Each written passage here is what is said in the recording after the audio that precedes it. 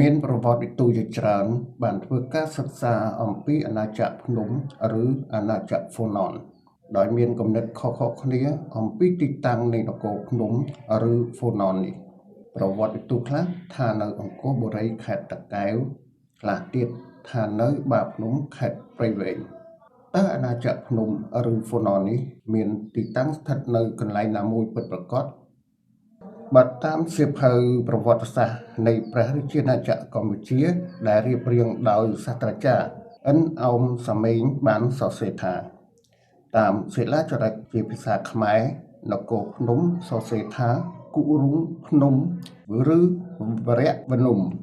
រាជធានីមានឈ្មោះវិយាថបុរៈជាទីក្រុងតាំងនៅតំបន់បាភ្នំ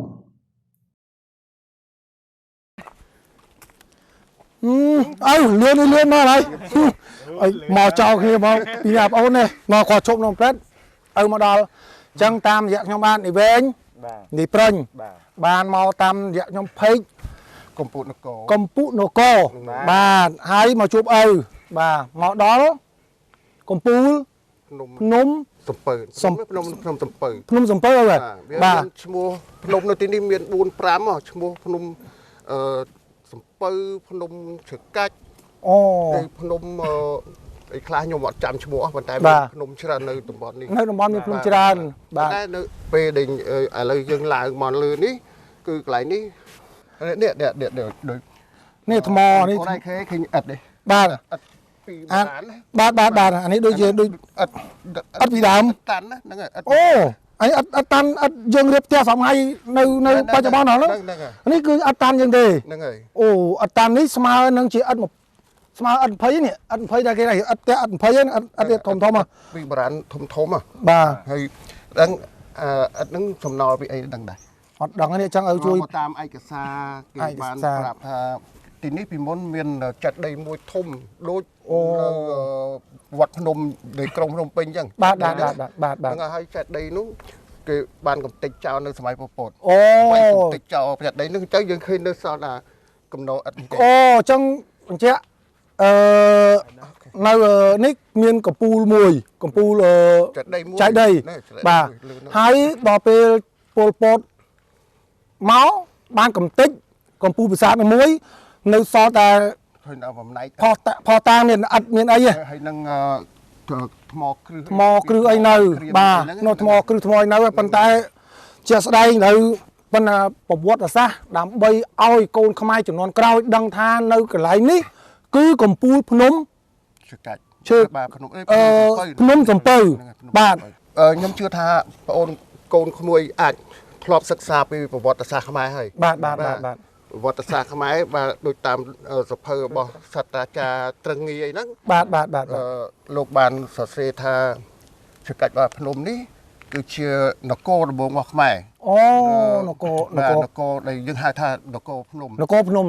កកាត់មុនគេនៅទីបាទភ្នំហ្នឹងនគរភ្នំហ្នឹងអូអញ្ចឹងពួកខ្ញុំអត់ដឹងទេអញ្ចឹងអាប្អូនក៏អត់ដឹងដែរដឹងអត់ទេហើយនៅក្នុងសភៅរបស់សាស្ត្រាចារ្យត្រឹងងាយហ្នឹងអូមានភិក្ខុសង្ឃឈ្មោះព្រះអង្គមាននាមបាំងហាត់បានសរសេរដែរពីប្រវត្តិនៃ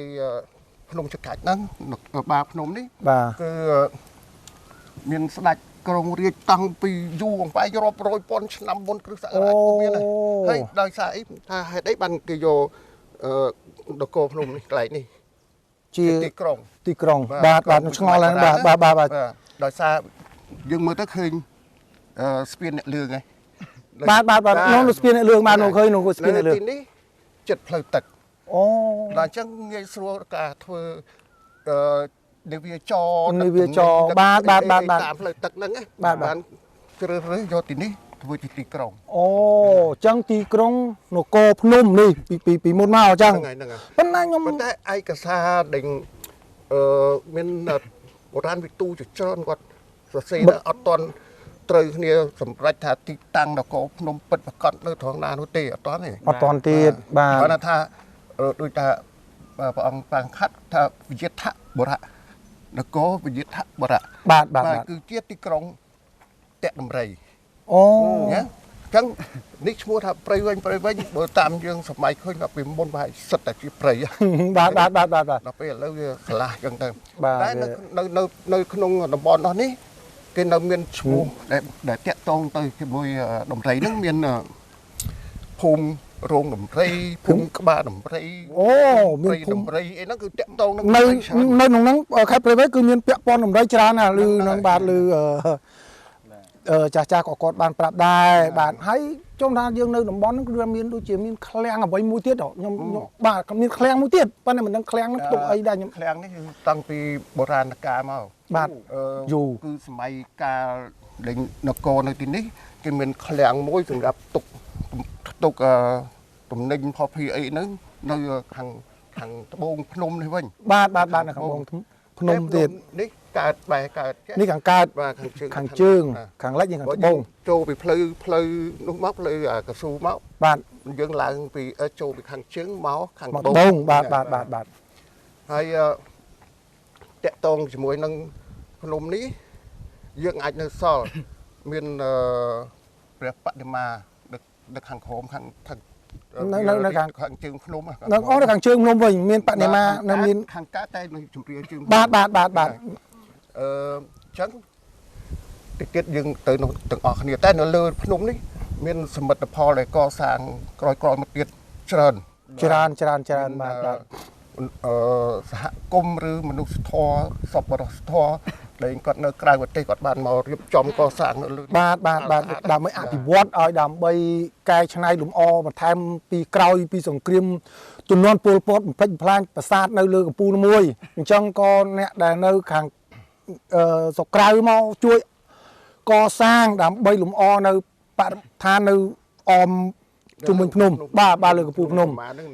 ហើយអញ្ចឹងសួរទៀតអញ្ចឹងបដិមារូប3អង្គហ្នឹងគឺនៅខាងក្រោមវិញអញ្ចឹងបាទនៅខាងក្រោមមាន3រៀលជើងភ្នំនៅខាងកើតមុខភ្នំនេះបាទអញ្ចឹងនៅមាន3មាន3បដិមា3អញ្ចឹងចាំមើលអញ្ចឹងយើងបន្តឲ្យគាត់ទៅបង្ហាញបដិមាទាំងអស់ហ្នឹងដើម្បីឲ្យបងប្អូនកូនក្មួយជំនាន់ក្រោយឲ្យដឹងថានៅទីនេះគឺជានគរភ្នំអញ្ចឹងហើយបាទអញ្ចឹងបងប្អូនតោះទៅទស្សនាជាមួយខ្ញុំអត់ទេខ្ញុំចង់បន្ថែមបន្តិចបាទសភៅឯកសារប្រវត្តិសាស្ត្រហ្នឹងថាតាមគេសិក្សាស្រាវជ្រាវថាទីនេះគឺជានគរភ្នំខ្មែរមួយបាទមានមួយទៀតបាទនៅភ្នំដាអង្គរបូរីអូនោះគេហៅនោះគឺជានគរភ្នំដែរជាទីនគរខ្មែរដំបូងដែរតែការពិតវាយ៉ាងណានោះព្រោះនៅក្នុងសភៅឯកសារយើងអត់មានបញ្ជាក់គេបានបញ្ជាក់ទេគេគ្រាន់ថាចម្ងាយពីតុងកឹងពីស្អីប្រទេសវៀតណាមខាងជើងអីមកនេះបាទ1000ម៉ែត្រអីចឹងគេដល់គេសិក្សាទៅគេថានគរភ្នំគឺស្ថិតនៅចំដីសណ្ដនៃទន្លេមេគង្គនេះនៅទីនឹងសណ្ដនៅនគរភ្នំបញ្ជាក់ថាមានទន្លេមួយធំហ្នឹងខែទឹកឡើងវាហូរចូលខែទឹកស្រក់ហូរចុះមកវិញហូរចេញហូរចូលចេញចូលទឹកបាទកាត់ពីចិនអីចុះមកដល់យើងរហូតដល់សមុទ្រគឺទន្លេមេគង្គនេះឯងអូធំនោះគឺទន្លេសាបទន្លេមេគង្គបាទថាទឹកដីខ្មែរប្រទេសនគរភ្នំនោះគឺនៅលើទឹកដីខ្មែរយើងនេះអូប៉ុន្តែគោលដៅឲ្យប្រកាសថានគរភ្នំស្ថិតនៅបាភ្នំនេះឬក៏នៅភ្នំដាអង្គរបូរីអត់ច្បាស់លាស់ដែរអត់ថាអញ្ចឹងថ្ងៃនេះពីកម្មវិធីកម្ពុជានគរបានចុះមកផ្ដិតរូបភាពដើម្បីចែកជូននេះបង្ហាញជូនដល់ពុកម៉ែបងប្អូនកូនក្មួយឲ្យដឹង ប្រវត្តិសាស្ត្របាទប្រវត្តិសាស្ត្រពីដើមថ្ងៃក្រោយពីកម្មវិធីរបស់យើងនឹងបន្តទៅភ្នំដាទៀតផ្ដិតយករូបភាពនៅប្រសិនបាទមកបង្ហាញជូនដល់ពុកម៉ែបងប្អូនកូនក្មួយទាំងអស់គ្នាឲ្យបានស្គាល់ថាហើយយើងធ្វើការសិក្សាស្រាវជ្រាវបាទប្រវត្តិសាស្ត្រឲ្យដឹងណាជាក់ស្ដែងដើម្បីឲ្យដល់គោលដៅមករបស់នគរខ្មែរពិតប្រាកដតើនៅកន្លែងណាបាទអញ្ចឹងយើងសិក្សាទាំងអស់គ្នាឥឡូវយើងចុះទៅ